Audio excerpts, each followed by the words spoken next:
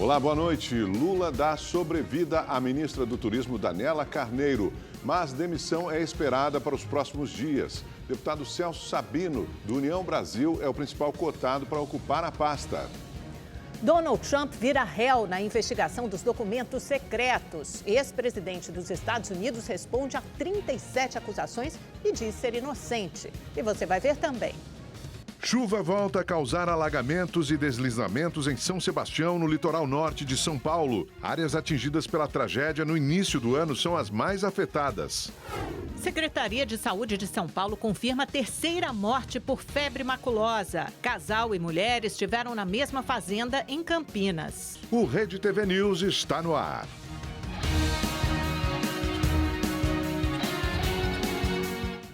As famílias de 2 jovens condenados a mais de 12 anos de prisão por sequestro e roubo em São Paulo tentam provar a inocência deles. A defesa afirma que a justiça não levou em consideração provas de que um desses rapazes estava em outro lugar no momento do crime.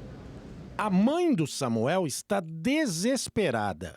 Meu filho está lá naquele lugar, só minha filha que vai visitar ele, eu não fui ainda. Todos aqui têm uma certeza: Samuel e o Lucas foram presos por um crime que não cometeram.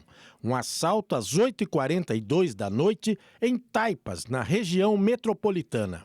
Essa sequência de imagens mostra no alto que, na hora do crime, às 8h50, Lucas e Samuel estavam saindo de casa. Cerca de 2 minutos depois, entram numa adega. Às 8h57, uma viatura da PM passa pelo local. Nesse momento, os dois já estavam numa viela onde foram beber e usar drogas. Um carro que seria roubado passa às 8h58. 9 da noite mais 4 minutos, 6 minutos após o roubo, a polícia chega na viela onde Lucas e Samuel estavam. A abordagem ocorre às 9h20. Sim, risco de fuga, né? Então, mas ele não sabe se são eles, né? Pergunta como é que eles vão de bom ou se vão no esculacho. Diante da prisão, um deles faz um apelo e houve uma ameaça. Pelo amor de Deus, faz com isso não. Não se escala não, senão não sabe, né? Não tira no meio das suas costas. Isso aconteceu em 28 de janeiro deste ano, na Brasilândia, na zona norte da cidade. Lucas e Samuel foram condenados por roubo com 3 agravantes: retenção da vítima, lesão corporal e uso de arma de fogo. Lucas pegou uma pena de 12 anos e 8 meses de prisão. E Samuel, como já teve uma condenação anterior por roubo, agora ele pegou uma pena de 14 anos e 9 meses. Mitzrael trabalhava numa gráfica e perdeu o emprego. Indignada, revoltada. Um menino que não tem participação do crime, não é criminoso, e a juíza condena ele 12 anos. Não vou desistir. Eu vou lutar até o fim. As advogadas dizem que ele não teve direito à defesa. É lamentável a forma que o judiciário ignorou as provas, ignorou os fatos e condenou esse jovem rapaz a uma pena tão severa de 12 anos e 8 meses. É inaceitável. Ele não cometeu esse delito. A família do Lucas tem tanta certeza da inocência que pretende denunciar a juíza do caso. Iremos acionar todos os meios que a gente tem para que ela seja revista, junto à classe, porque para uma postura de um magistrado é que analise todas as provas e não esteja numa postura de acusação. Essa postura já tem, no caso, esse cargo já é da promotoria. Em nota, o Ministério Público de São Paulo informou apenas que os réus foram condenados com base nas provas disponíveis nos autos, seguras e consistentes. A polícia do Rio de Janeiro tenta identificar os homens que colocaram fogo em 2 garotas de programa transexuais. Os próprios agressores filmaram a ação e colocaram o vídeo na internet. As imagens gravadas de dentro do carro mostram quando um dos agressores acende o isqueiro e dispara um material inflamável contra os rostos de Beatriz Stephanie Vilela e de uma amiga que a acompanhava. O motorista acelera e foge, enquanto os jovens dentro do veículo riem da agressão.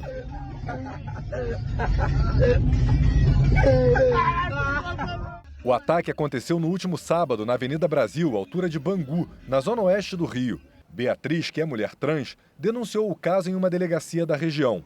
Ela contou que se aproximou do carro porque achou que os agressores estavam interessados em contratar um programa. Isso que a gente foi em direção a eles, eles já atearam fogo na gente, mas só que minha colega viu, só que eu não tinha visto. Mas só que quando veio o fogo eu vi e virei o cabelo, pegou tudo no meu cabelo. Beatriz também contou que depois do vídeo viralizar na internet, os agressores voltaram ao local do ataque. Preocupados, eles chegaram a oferecer dinheiro para a vítima não procurar a polícia, mas ela não aceitou. O boletim de ocorrência feito na delegacia informa que depois da divulgação do vídeo, um amigo diz ter reconhecido os ocupantes do carro como Bruno e Kaique. Eles devem responder por injúria por preconceito e tentativa de lesão corporal. Mas Beatriz e a amiga que a acompanhava disseram que, ao todo, havia 4 pessoas no veículo. A polícia tenta agora identificar os outros agressores. Exames de laboratório desvendaram a causa da morte de um casal no interior de São Paulo. A dentista Mariana Giordano e o empresário Douglas Costa morreram na última quinta-feira após apresentar febre, dor e manchas vermelhas pelo corpo. O Instituto Adolfo Lutz de São Paulo confirmou que Mariana morreu em decorrência de febre maculosa. O Mauro Talhaferri tem outras informações sobre esse caso. Mauro, já se sabe a causa da morte do namorado dela, da Mariana? Já se sabe, Amanda. A Secretaria de Segurança, a Secretaria de Saúde de São Paulo confirmou agora há pouco que ele também foi vítima da febre maculosa. O que aconteceu foi o seguinte: esse casal esteve num evento, numa fazenda na região rural de Campinas, que é uma área endêmica para essa doença, para a febre maculosa. E olha, tem mais, uma mulher de 28 anos que também esteve nesse evento, também morreu de febre maculosa. Essa morte foi confirmada hoje também pela Secretaria de Saúde de São Paulo. E ainda um outro caso de uma adolescente de 16 anos que está internada em Campinas com sintomas da doença e o caso dela está sob investigação. Com esses casos, São Paulo já tem confirmados, neste ano, 12 casos de febre maculosa e 6 deles terminaram em morte, ou seja, metade dos casos terminou em morte. E, Mauro, essa doença é provocada por um carrapato, né? Explica pra gente como é. Na verdade, ela é provocada, Augusto, por uma bactéria que se chama Rickettsia e ela é transmitida por esse carrapato, que é o carrapato estrela. O que acontece é o seguinte: a bactéria, ela fica alojada em animais como bois, cavalos, a capivara, mas o animal não manifesta a doença. Aí, o carrapato vem e pica o animal e absorve essa bactéria. Se depois esse carrapato picar um ser humano, aí sim o ser humano vai desenvolver a febre maculosa. Eu conversei com alguns médicos e o professor de medicina, Rodrigo Stabile, conta pra gente agora quais são os sintomas da febre maculosa. É importante sempre a gente falar que a febre maculosa ela tem alta letalidade, ou seja, os casos podem chegar a óbito. E ela sempre se manifesta como febre alta, dor de cabeça e aquela sensação de desânimo generalizado. Depois começam a aparecer no corpo, e aparece em todo o corpo, as máculas, que são aquelas pintas vermelhas. Agora, a febre maculosa ela tem tratamento e o infectologista Renato Kifuri explica pra gente.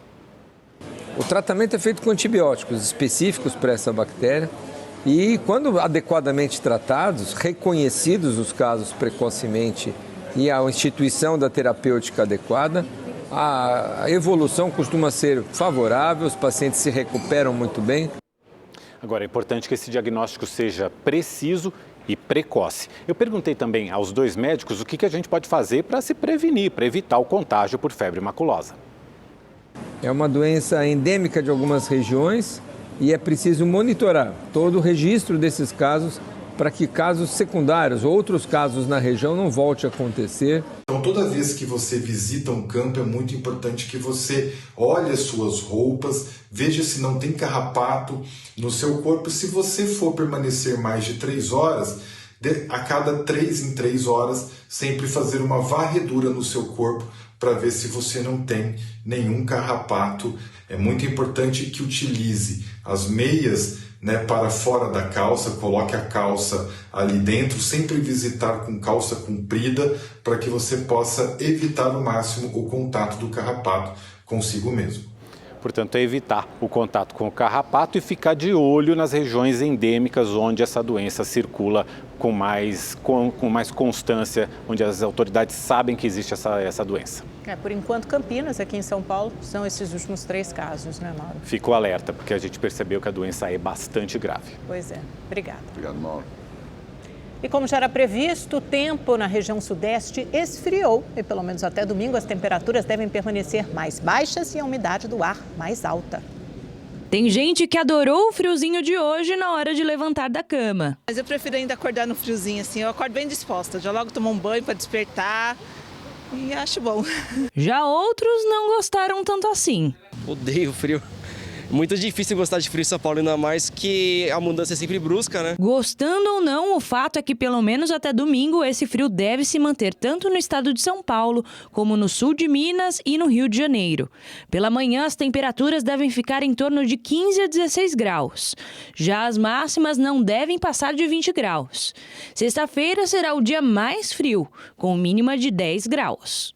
Essa virada de tempo acontece por conta de um sistema frontal que vem da região sul e é comum do outono. Além das temperaturas mais baixas, os especialistas alertam que os níveis de umidade devem permanecer altos, inclusive com pancadas de chuva em algumas regiões do estado. E essas chuvas justamente são aqueles acumulados aí que ocorrem acima de 30 milímetros, rajadas acima de 40 quilômetros por hora e que podem trazer algum prejuízo, como quedas de árvores, alagamentos e também até corte de energia elétrica. Por conta desses fatores, a sensação de frio deve ser ainda mais intensa. E a chuva que atinge o litoral norte de São Paulo desde a noite de segunda-feira vem causando alagamentos e até deslizamentos em São Sebastião. Ao vivo, o repórter David Diogo traz as informações para a gente. Boa noite, David.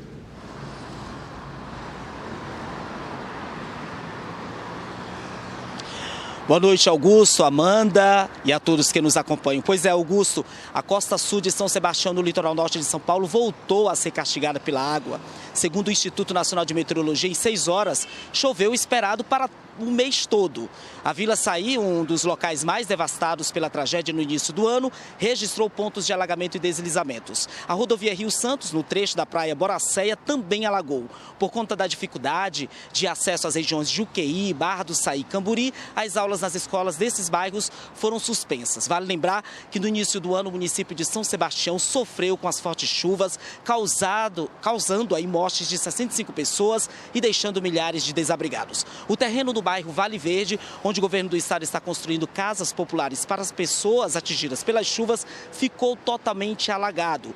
Vídeos gravados por moradores mostram o canteiro de obras tomado pela água, chegando a deixar cones de sinalização e materiais de construção totalmente submersos.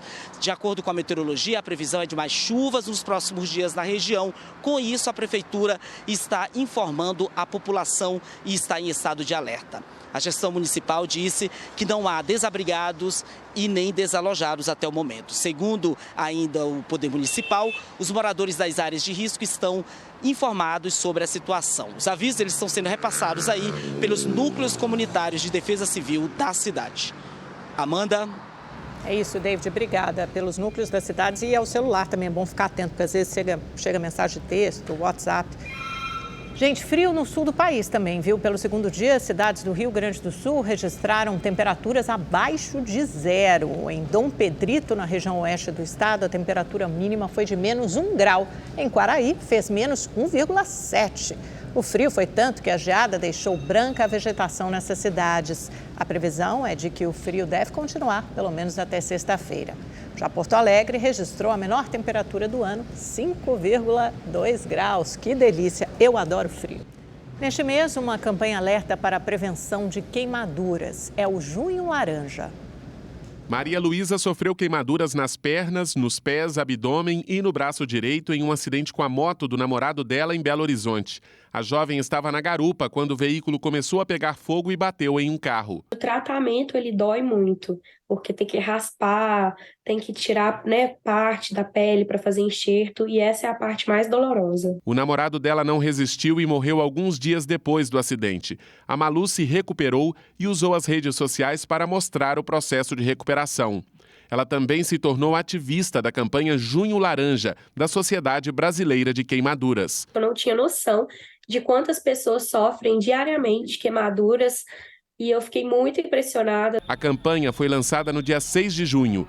Nesse ano, o alerta principal é para o risco das queimaduras provocadas pela eletricidade. Os carregadores de celular, um exemplo que a gente deixa sempre conectado na tomada, pode vir a explodir. Na capital mineira, o Centro de Tratamento de Queimados do Hospital João 23 é referência no país no atendimento às vítimas de queimaduras. Nos últimos 7 anos, mais de 14 mil pessoas foram atendidas aqui no pronto-socorro por causa de queimaduras graves. Média de 5 casos por dia. Nos primeiros meses desse ano, o número de pacientes com ferimentos desse tipo já passa de 700. De 2015 a 2020, o Ministério da Saúde registrou quase 20 mil mortes por queimaduras no país. Mais da metade dos óbitos foram decorrentes de queimaduras térmicas, 46% de elétricas e 0,6% de substâncias químicas ou radiação. Quem sobrevive pode ficar com sequelas para sempre. O tratamento é prolongado, dura mais de um mês, internado, usando malhas compressivas, placas de silicone. Segundo os especialistas, cerca de 80% dos acidentes com queimaduras acontecem dentro de casa. Por isso, os cuidados devem ser redobrados, principalmente com crianças e idosos. É o cabo da panela que precisa ficar virado para dentro do fogão, não deixar os eletrodomésticos ligados em rede elétrica, terminou de utilizar, desliguem, tire da rede elétrica. Hoje é dia de Santo Antônio, um dos mais populares santos do Brasil. No Rio de Janeiro teve missa para homenagear o santo casamenteiro. Antes da missa, os fiéis receberam água benta para purificar a alma neste dia tão especial. As celebrações no convento de Santo Antônio, no centro do Rio de Janeiro, reuniram cerca de 30 mil devotos. Agradecimentos não faltaram. A cabeça do meu filho, após um acidente, ter voltado para o local, mesmo os médicos dizendo que tinha 1% só de chance da cabecinha dele voltar. Ele bateu a cabecinha quando era pequeno, quebrou o parietal direito e eu fiz a promessa que faria um altar para ele. 30 dias depois, contrariando tudo, não tem nem vestígio. É a maior graça que eu recebi. Janaína é cigana. A família dela é devota do santo e comemora a data com festa. Nós fazemos uma eslava para Santo Antônio. A eslava é uma festa para o santo padroeiro que a família é devota. Então, nós fazemos comidas típicas, tradicionais e nós distribuímos entre os familiares, os amigos, os vizinhos. Nesse dia é um dia de agradecer as bênçãos. A distribuição de pães relembra um costume de Santo Antônio. Segundo a tradição católica, ele oferecia alimentos para quem não tinha o que comer. Com o tempo, acabou assumindo outra responsabilidade, a de ser casamenteiro, e virou cupido de muitos casais. Santo Antônio ajudava as mulheres que não tinham o dote para o casamento. E ele, percebendo que o amor entre aquele casal era tão profundo, ele dava um jeito de arranjar e completar o dote, ou o dote inteiro, e aí começa essa tradição, sobretudo no Brasil, do Santo Antônio casamenteiro. A Elza sabe bem. Após uma promessa e a famosa simpatia, ela conquistou o tão sonhado casamento. Coloquei Santo Antônio de cabeça para baixo. Coloquei, falei, enquanto não me ajudar, eu não vou tirar, não vou virar ele de volta. Eu consegui, ele me ajudou. Glenda cansou de buscar um pretendente por conta própria. Sem par há 5 anos, resolveu pedir um empurrãozinho ao santo. Como tá difícil esse mercado, então a gente precisa de uma ajudinha né, Santo Antônio? Vamos lá. O Pix já é o meio de pagamento mais utilizado pelos clientes dos microempreendedores individuais, os MEIs. Uma pesquisa do Sebrae apontou que a modalidade superou o cartão de crédito e débito. O prato gira e o bolo vai ganhando camadas decorativas. É praticamente uma obra de arte. O André, que era cabeleireiro, trocou o salão de beleza pela confeitaria, uma consequência da pandemia. Desde 2020, trabalha com bolos e doces. Depois de tudo pronto, vem o mais importante: receber. E o Pix trouxe praticidade. Não pago nada, o cliente também não paga. E ele acabou de efetuar o pagamento na hora, já sobe a notificação no meu celular que já foi feito. Prático, rápido e seguro. Exatamente. O pagamento por meio do Pix já é a preferência de 52% dos microempreendedores individuais, os MEIs. Em seguida, vem o cartão de crédito, com 20% dos recebimentos. O dinheiro ainda é usado por 12%. O débito aparece na quarta posição, com 6%. Boletos representam 4%. Já os DOCs e TEDs, que até 2020 eram os principais meios de transferências bancárias, representam apenas 2% das operações feitas pelos microempreendedores individuais. Mas eles estão com os dias contados. As tradicionais modalidades de transação financeira têm taxas altas. O Pix é rápido e sem custos. E a gente vê uma tendência tão forte que está prevista a extinção do TED e do DOC no ano que vem, para que o Pix seja praticamente o único meio de transferência de dinheiro em tempo real.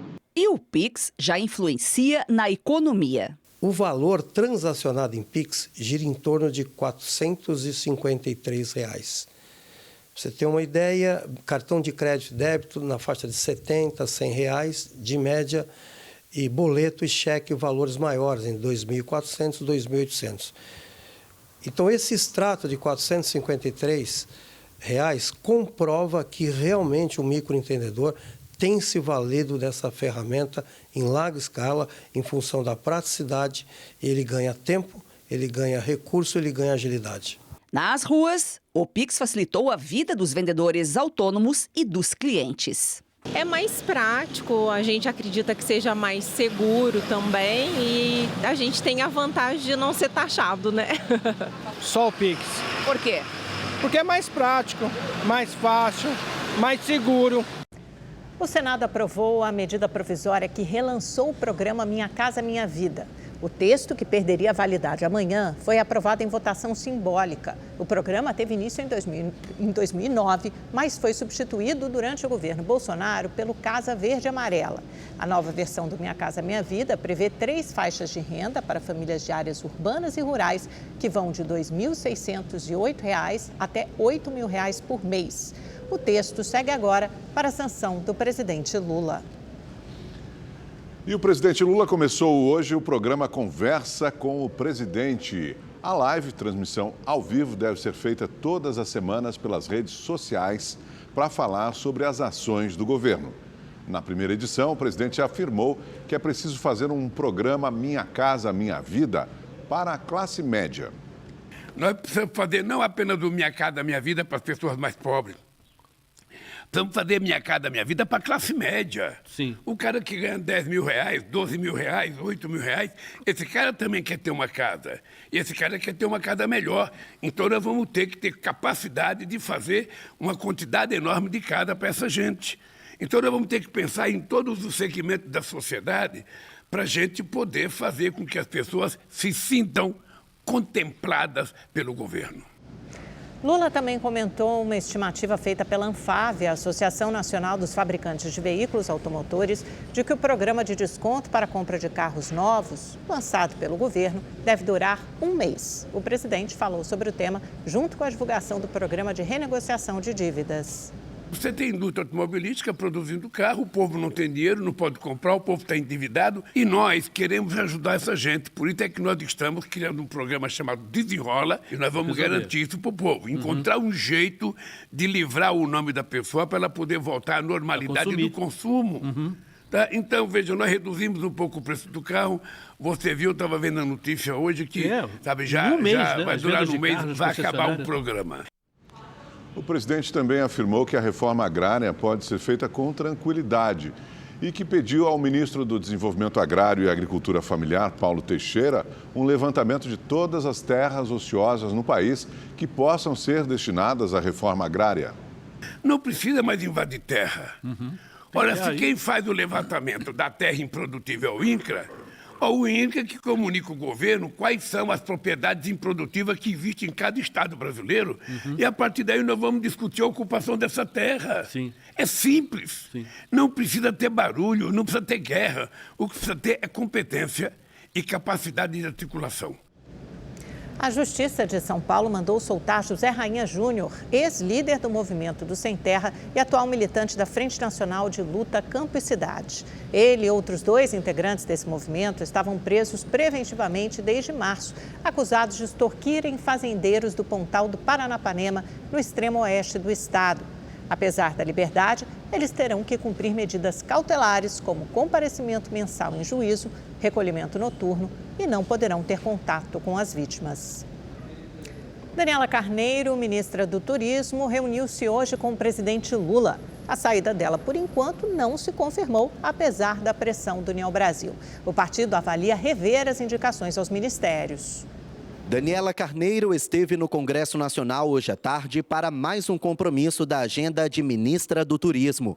Ela foi falar sobre os trabalhos do Ministério no primeiro semestre, mas o assunto de maior interesse era outro. Ministra, mas a senhora permanece de forma definitiva?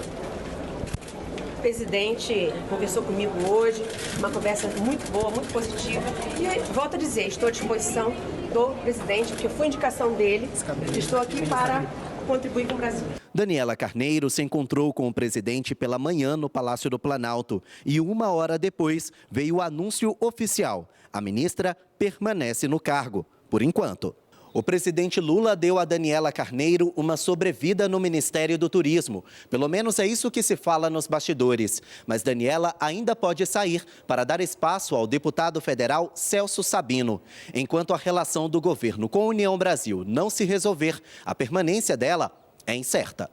O União Brasil quer a troca de comando na pasta do turismo. É que Daniela Carneiro está com os dias contados no partido.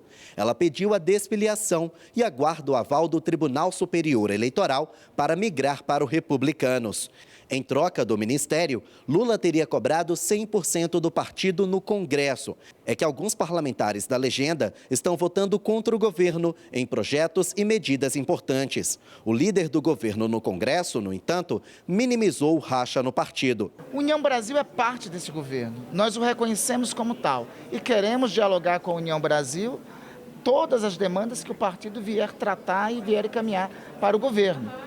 O governo não se furta a debater a composição ministerial. Só o momento, quem define de como isso ocorrerá e de quando ocorrerá é o presidente da República. Para a oposição, tanto desentendimento é reflexo do loteamento de ministérios. Esse governo é o governo da cooptação, né? Já demonstrou que quer trazer para junto do poder, loteando ministérios. Vários partidos têm entrado nessa aí. E vamos direto a Brasília, ao vivo, conversar com o nosso comentarista de política, Kennedy Alencar. Kennedy, será que os problemas de articulação política do governo serão resolvidos com uma simples troca de ministério? O que você acha? Olá, Amanda. Boa noite para você, boa noite para o Augusto, boa noite para quem está nos assistindo. Amanda, não vão se resolver com uma mexida pontual. Haverá uma troca no Ministério do Turismo. A Daniela Carneiro está cumprindo aí um ritual, porque ela saiu do União Brasil, quer ir para o Republicanos, os Republicanos não querem integrar o governo, não vai apadrinhá-la. E a bancada do União Brasil não reconhece, portanto, que esse ministério contemple a cota partidária. O jogo aí é fazer essa troca para tentar assegurar cerca de 40 votos dos 59 membros do União Brasil. Jamais haverá ali 100%. Há pessoas ali que são frontalmente oposição ao governo. Mas 40 votos, segundo o líder do governo, por exemplo, José Guimarães, disse até para a gente numa conversa recente aqui em Brasília, é possível que o União Brasil forneça. Isso vai acontecer, essa troca. No entanto, ela não vai resolver os problemas da articulação política, Amanda, porque tem uma questão maior aí. O Arthur Lira, presidente da Câmara, está abriu o fogo contra o ministro da Casa Civil, Rui Costa, e contra o ministro da Articulação Política, o Alexandre Padilha. A gente vê no próprio PT fogo amigo contra o Rui Costa. O Washington Quaquá, do PT do Rio de Janeiro, vice-presidente do PT, diz que o Rui Costa tem uma péssima relação com o Congresso Nacional. Portanto, há uma pressão do Arthur Lira para uma reforma ministerial ampla. E aí o jogo aperta porque o Lula está resistindo. Então, no momento, a gente tem um cabo de guerra, uma luta pontual para resolver a questão com a União Brasil e tentar obter ali 40 votos. Mas um arranjo novo na base vai depender de uma reforma ministerial que o Lula tenta esticar, tenta prorrogar. As reformas ministeriais, normalmente, elas acontecem no final do primeiro ano de mandato, comecinho do segundo ano de mandato. A gente já viu isso em administrações passadas. O Lula não tem 6 meses de governo e já há uma forte pressão do Centrão para tirar espaço do PT, porque, no fundo, é do que se trata. Esse ataque do Lira contra o Rui Costa e contra o Alexandre Padilha, que o Lula está bancando agora, é porque o Lira está pressionando por uma reforma ministerial para tirar espaço do PT. Amanda e Augusto. É interessante essa análise que você faz, né, Kennedy? Porque esses dois ministros, Rui Costa e Alexandre Padilha, são da cozinha do Planalto, como se diz. O Padilha se reúne com o Lula, o Rui Costa também, quase que diariamente. Seriam trocas, custariam muito ao governo, são pessoas da inteira confiança dele. Agora, quanto a Daniela Carneiro, pelo que eu conversei ali no Planalto também, ela está com os dias contados, deve sair logo e parece que Lula já aceitou mesmo o nome de Celso Sabino, apesar de ser conhecido aí como bolsonarista, não vai ter jeito. Obrigada, Kennedy. Boa noite. A Comissão Parlamentar Mista de Inquérito, que investiga os atos golpistas de 8 de janeiro, analisou hoje quase 300 requerimentos para ouvir testemunhas. Os governistas atuaram em peso para aprovar a convocação de nomes ligados ao ex-presidente Jair Bolsonaro. Os requerimentos para ouvir o ex-chefe do GSI, Gonçalves Dias, e o ministro da Justiça, Flávio Dino, foram rejeitados. Entre os requerimentos de convocação aprovados estão o do ex-ministro da Justiça e ex-secretário de Segurança Pública do Distrito Federal, Anderson Torres, do ajudante de ordens do ex-presidente Jair Bolsonaro, o coronel Mauro Cid, do ex-ministro da Defesa e da Casa Civil, Braga Neto, do ex-ministro-chefe do Gabinete de Segurança Institucional, Augusto Heleno, e do ex-diretor-geral da Polícia Rodoviária Federal, Silvinei Vasques. Ainda foram aprovados requerimentos para ouvir Fábio Augusto Vieira, ex-comandante da Polícia Militar do Distrito Federal, e Jorge Naime, ex-comandante de operações da PM do DF. Segundo o presidente da comissão, o deputado Arthur Maia, ainda não há acordo sobre as datas dos depoimentos. Eu acredito que nós deveremos estar ouvindo na semana que vem logo o Anderson Torres e o Mauro Cid, porque eu vejo que são dois nomes que têm uma relação muito direta com os fatos que se iniciaram no pós-eleição, portanto, a partir do dia 30 de outubro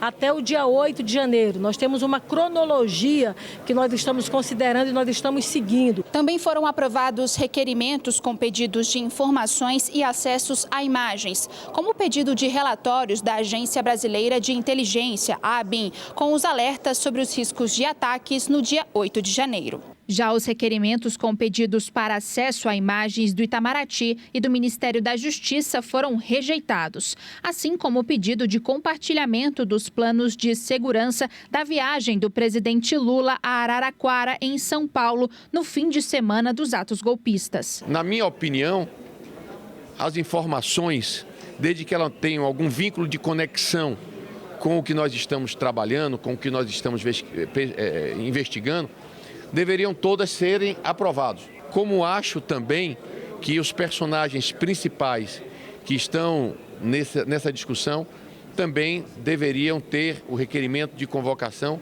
aprovado. À tarde, o presidente da CPMI se reuniu com o ministro do Supremo Tribunal Federal, Alexandre de Moraes. Arthur Maia foi pedir ao ministro o compartilhamento de informações dos processos que correm sob sigilo no STF e que envolvem acusados de participar dos atos golpistas. O Ministério da Justiça prorrogou por mais 30 dias a permanência da Força Nacional de Segurança Pública no Rio Grande do Norte. Os agentes atuam no estado desde março, quando houve uma onda de ataques provocados por uma organização criminosa. Segundo as investigações, o grupo agiu em retaliação às condições do sistema penitenciário no estado.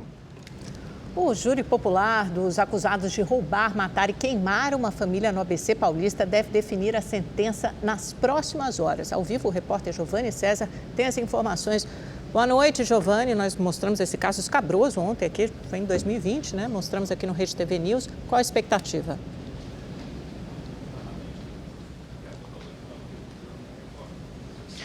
Boa noite, Amanda e Augusto. Olha, os jurados estão reunidos nesse momento, votando os últimos quesitos de um total de 108. A sentença deve sair nas próximas horas. Estão sendo julgados Ana Flávia Gonçalves, filha do casal, a ex-namorada dela, Karina Ramos de Abreu, e também Guilherme Ramos da Silva.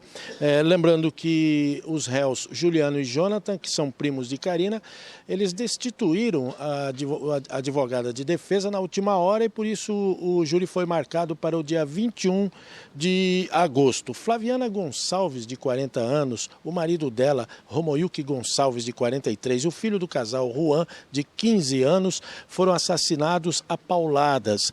Segundo a perícia. Os corpos foram encontrados no dia seguinte na estrada do Montanhão, que fica em São Bernardo do Campo, aqui mesmo no ABC Paulista.